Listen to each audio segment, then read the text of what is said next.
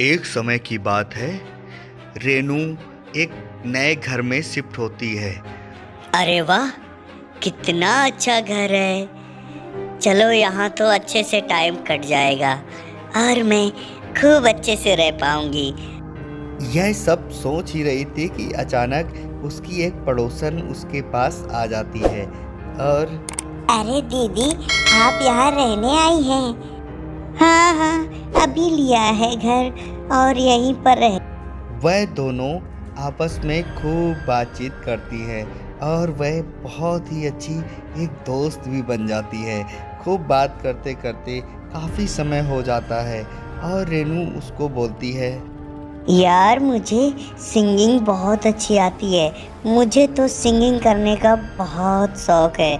मैं तो खूब सिंगिंग करती हूँ। चलो चलो, मैं तुम्हारी सिंगिंग भी देख लूँगी और सुन भी लूँगी। अब तो अच्छा हो गया कि तुम मेरे पड़ोसी हो गए हो ना। इतना कहकर वह पड़ोसन वहाँ से चल देती है और अपने बगल वाले घर पर वह चलने के लिए तैयार हो जाती है। और धीरे धीरे वह खुश थी कि उसका पड़ोसन एक रहने आई है, वो भी उसकी दोस्त है। और वह थोड़ी ही देर में जैसे ही अपने दरवाजे पर पहुंचती है, वैसे ही वह रेनू के घर से एक गाने की आवाज़ आने लगती है। वह बहुत ही बेसुरी आवाज़ से गा रही। अरे ये तो बोलती थी कि मैं बहुत अच्छा गाती हूँ, ये तो इतनी बेसुरी गाती। सुबह सुबह रेनू उससे मिलती है और पूछती है, क्या बात है यार, आज तो तुम बहुत फ्रेश लग रही हो। खूब रात में सोई होगी। क्या रात में सोई हूँ, इतना बेसुरी आवाज में तुम्हारे घर से आवाज आ रही थी। कौन गाना गा रहा था? मैं रात भर सो नहीं पाई और तुमने इतना बेसुरा गाना गाया है कि मेरा पूरा सर चकरा रहा है। मैं रात में सोई नहीं। यह सब बातें करके वह अपने अपने घर चली जाती है। इधर पड़ोसन के घर में पार्टी थी और वह शाम को आराम से पूरे हॉल में उनके पार्टी चल रही थी। और तभी रेनू की आवाज़ उसके घर तक आने लगती है। अरे यार, कितना बेसुरा गाती है। ये किसकी आवाज है? हाँ, कौन इतना बेसुरा गा रहा है जो तुम्हारे घर में इतनी बेसुरी आवाज से आ रही है? उस पड़ोसन की एक सहेली ये सब उसको बोलती है। चल आज मैं इसका काम ही खत्म कर देती हूँ। वह दोनों उस रेनू के घर पर आ जाती हैं। वहाँ पर चुपके से आग लगाकर उसमें मिर्च डाल देती हैं और वह मिर्च का धुआं पूरे घर में फैलने लगता है और वह दोनों वहाँ से जल्दी से निकल जाती हैं।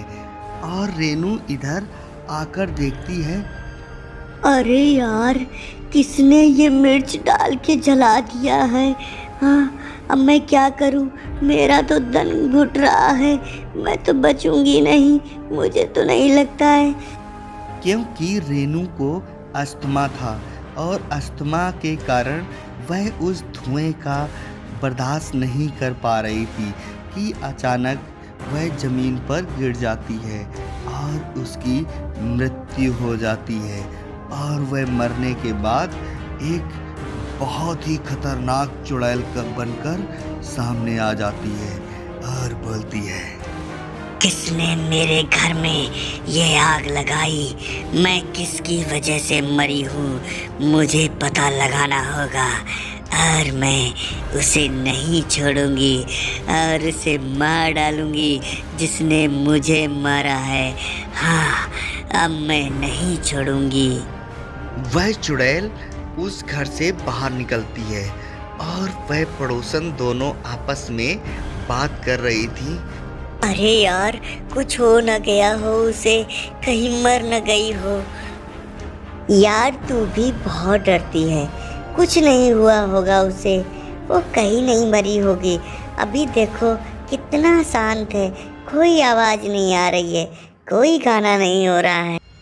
तभी थोड़ी देर में वह गाने की आवाज़ दोबारा आने लगती है और वह वैसी ही आवाज़ आ रही थी जैसे पहले आ रही थी। यार ऐसा कैसे हो सकता है? इतने जल्दी वो कैसे सब कवर कर सकती है? और ये आवाज़ें इतनी जल्दी कैसे आने लगी? अभी चल के देखना पड़ेगा क्या हो रहा है उधर। हाँ, वह दोनों उसके घर की तरफ चलने को तैयार हो जाती हैं और जल्दी से उसके घर चली जाती हैं। जैसे ही उसके घर पर आती है, वहाँ पर आवाज़ें गूंज रही थी उस गाने की। मेरे ढोले ना सुन, मेरे प्यार की धुन। यह गाने की आवाज़ वहाँ चारों तरफ गूंज रही थी। वह दोनों सुनकर चकित रह जाती हैं कि अचानक वह चुड़ैल उनके सामने आ जाती है और वह आते ही उन दोनों को पकड़ लेती है और पकड़ने के बाद वहीं पर मार डालती है।